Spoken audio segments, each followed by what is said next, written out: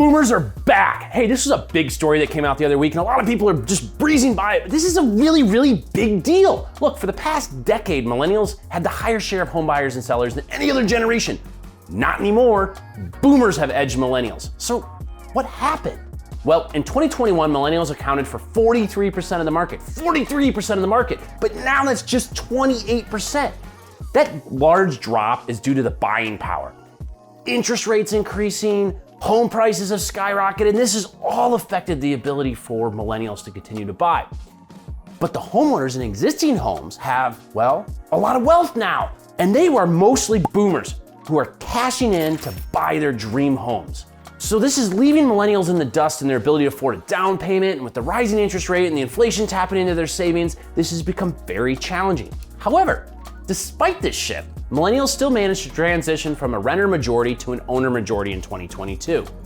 Millennial homeowners have increased 7 million in the past 5 years, with 52% of millennials owning a home. Generation Z is now the only renter majority generation, with 74% of them renting. But a new study by Rocket Mortgage reports that 86% of Gen Zers want to buy a home in the next 5 years. 86%, it's a huge number. That's not seen by any generation that was their age in the past.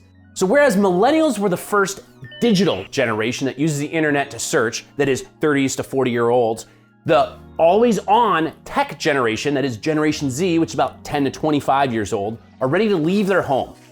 They're the social media generation. They look for everything on the social media. That's where they do their search, and they look for every service they're looking for. And while other generations are moving to the suburbs, Gen Zers are the only ones that are heading towards the city. Gen Zers are also prioritizing pet-friendly homes over kid-friendly homes, with nearly 75% of them owning at least one pet. However, they face some of the same obstacles that millennials are facing when trying to buy a home. All right, we spent so much time talking about the boomers, the millennials, the Gen Zers, but hey, what about the slackers, the Generation X? Well, they're the only generation that was able to recover from their wealth fully from the 2008 housing crash. They have huge buying power, more so than any other generation right now, and they can afford to buy a home above the median price. They're the highest paid average disposable income of $115,000 on average. And according to NAR, they're the most likely to buy the largest homes on the market.